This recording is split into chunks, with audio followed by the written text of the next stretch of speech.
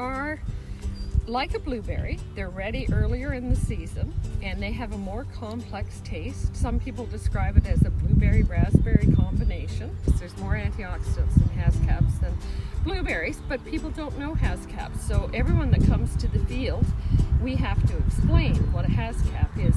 If you go to a strawberry field or a raspberry field or a blueberry field, you don't have to explain what your product is. I had one lady pull in the field and refer to me as Mrs. Haskap. She thought it was the family name. So you have to get right back to basics and explain how beneficial this plant is and what it tastes like. It's similar to a blueberry but with a bigger taste. Dr. Bob was instrumental in developing the crosses between a wild bush that occurs across Canada that's called swamp fly honeysuckle. Didn't think that name would fly. Crossed it with berries from the northernmost island in Japan and berries from Siberia to get what we're eating here today.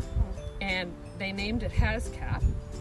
And it's very well suited to Canadian climates because when it blooms in the spring, and it blooms very early in the spring with a yellow honeysuckle blossom, it can take a -7. Like you have worries with strawberries and blueberries getting touched by frost. These are tough guys. We try to encourage the wild pollinators, put in large hay bales and planted some flowering crops to try and get the wild pollinators to stay here, because that early in the spring, the honeybees aren't at work.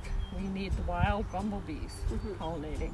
And as you can see by the berry crop here, we've got a lot of wild pollinators doing our work.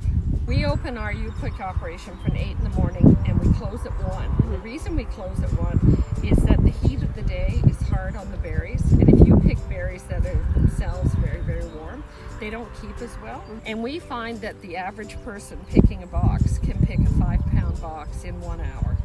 That's pretty well the standard. As you can see, our bushes are so heavy with berries that some of the bushes we get 4.5, 5 pounds of berries right on one bush. Every year they do field trials in Saskatoon, and my daughter and I were there for Haskap Days one year, and they give everyone that attends the conference a fistful of flags.